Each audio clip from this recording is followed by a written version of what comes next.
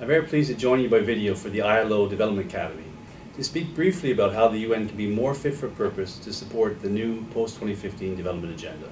First, on the context. This, as we all know, is a critical year.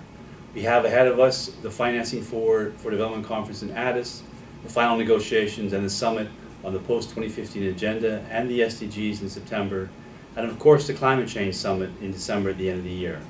Taken together, these three agreements will really shape both the what and the how of sustainable development for the next 15 years. Negotiations, as you know, are ongoing, but already it's very clear that if the level of ambition remains high, the new post-2015 agenda will be a very significant departure from the MDGs. It's a much more transformative agenda, first and foremost because it's universal and will apply in all countries regardless of their development status. It's also very much a transformative agenda because first, it's rights-based with an explicit focus on tackling inequality and discrimination, including the root causes of gender inequality and gender-based discrimination.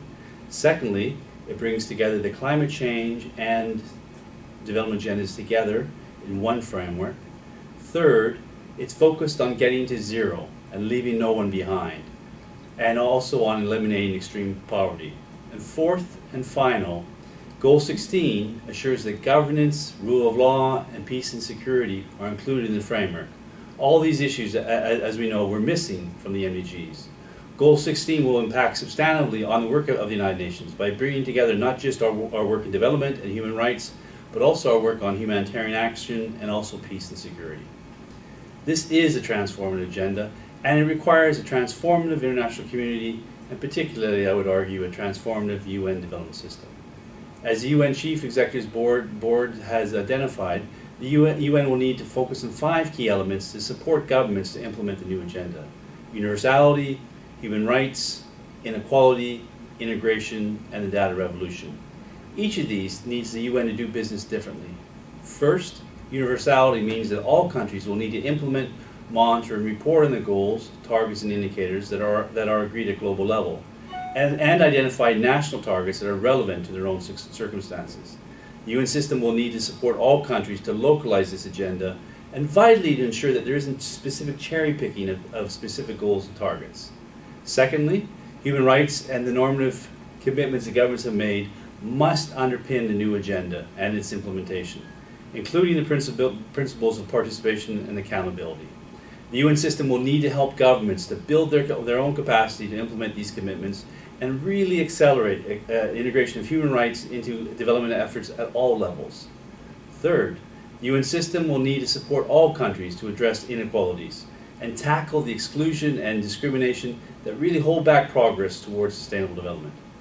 Fourth, the UN development system will need to support countries to fully integrate the three dimensions of sustainable development to help ensure policy coherence and cross-cutting multi-sectoral challenges, and engage all stakeholders in issues-based partnerships to respond to these challenges. These kinds of partnerships that bring together a wide range of stakeholders to really try to deliver a goal or a cluster of goals will be central to the new SDGs.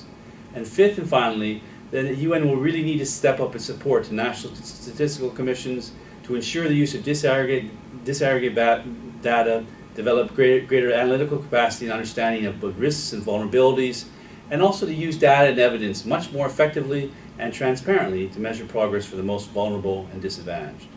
Looking forward then, in my view, there are 6 critical things that the UN will need to do to be really fit for purpose to be able to deliver this new agenda.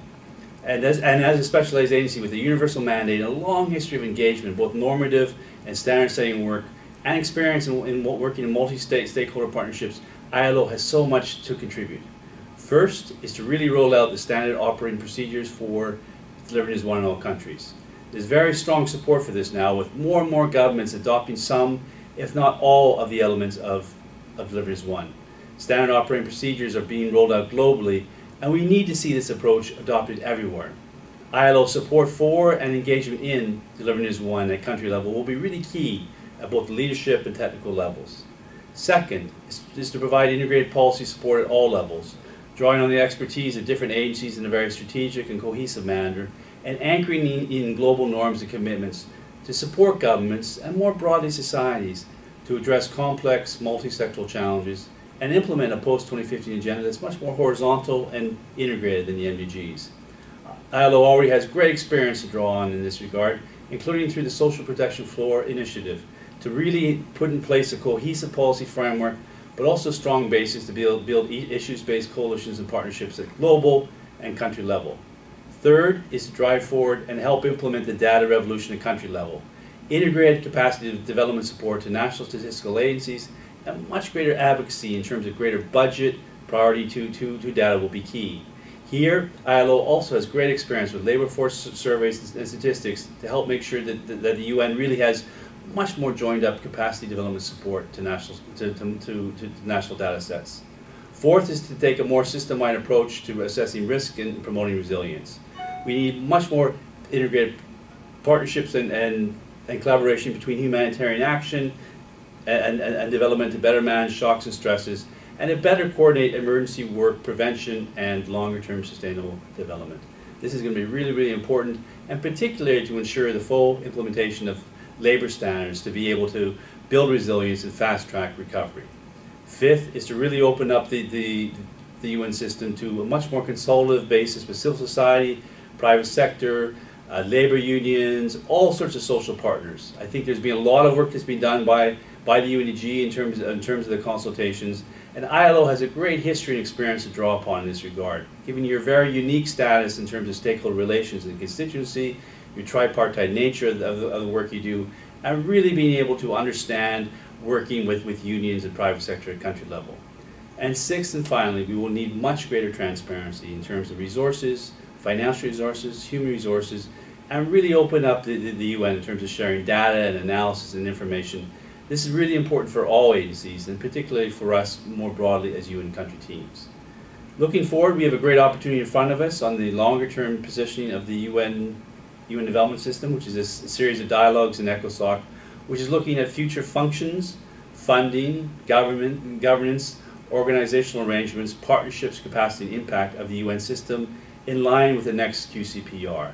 This is a great opportunity to really reposition the UN development system to play a more critical role to maximize our comparative advantages and our normative comparative advantages in support of sustainable development.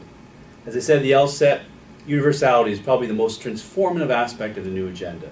And as a specialized agency with a universal mandate, ILO has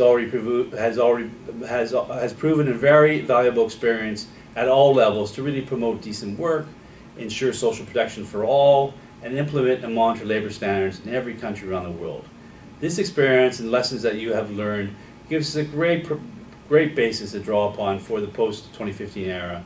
Please use it. Please really look at the unique comparative advantages that you have as a specialized agency for decades and decades of very important work to really bring to bear in terms of your normative role, the role you have in every country around the world to really ensure that the next post-2015 agenda really is the one that the world's calling for, one that's transformative, one that's rights-based, and one that really makes a difference in people's lives around the world. I wish you the best. I wish I could be there in person, but thank you very much for this opportunity to speak with you today. Thank you.